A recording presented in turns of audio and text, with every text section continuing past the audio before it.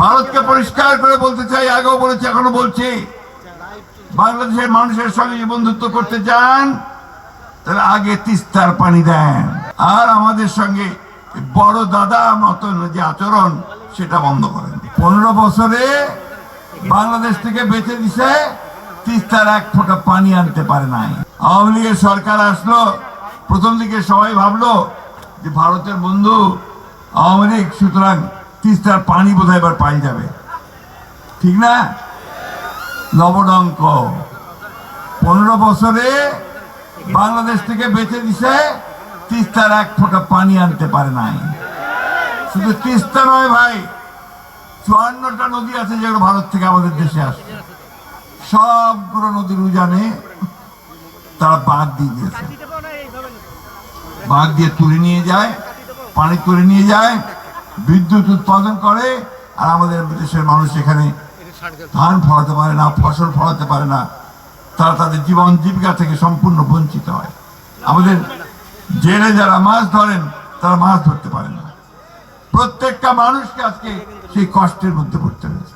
অন্তর্বর্তীকালীন সরকার কথায় তো বলেন যে আপনার নিরপেক্ষ, তো নিরপেক্ষ কিন্তু এই জায়গায় থাকলে চলবে না। এই জায়গায় আপনাকে মুখ খুলতে হবে, ভারতকে বলতে হবে যে আমার পানির ন্যায্য হিস্সা আমি চাই। আর আপনি যেহেতু অন্তর্বর্তীকালীন সরকার, খুব তাড়াতাড়ি নির্বাচনটা দিয়ে জনগণের সরকারের হাতে ক্ষমতা দেন।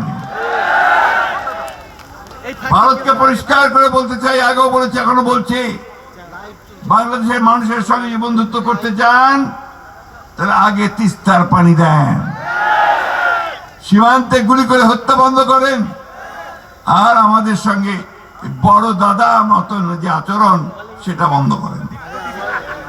আমরা আমাদের পায়ের উপরে দাঁড়াতে চাই, আমরা আমাদের হিস্সা বুঝে নিতে চাই, আমরা অবশ্যই ভারতকে একটা বন্ধু ভাবে দেখতে চাই, কিন্তু সেই বন্ধুত্ব হবে সম্মানের সঙ্গে, আমার যে পাওনা সেই পাওনা বুঝে দেওয়ার সঙ্গে। 1971 সালে যে স্বাধীনতার যুদ্ধ করেছিলাম, পাকিস্তান সেনাবাহিনীর বিরুদ্ধে যুদ্ধ করেছিলাম, সেই যুদ্ধের মূল লক্ষ্যটাই ছিল একটা গণতান্ত্রিক ব্যবস্থা আমরা চাই।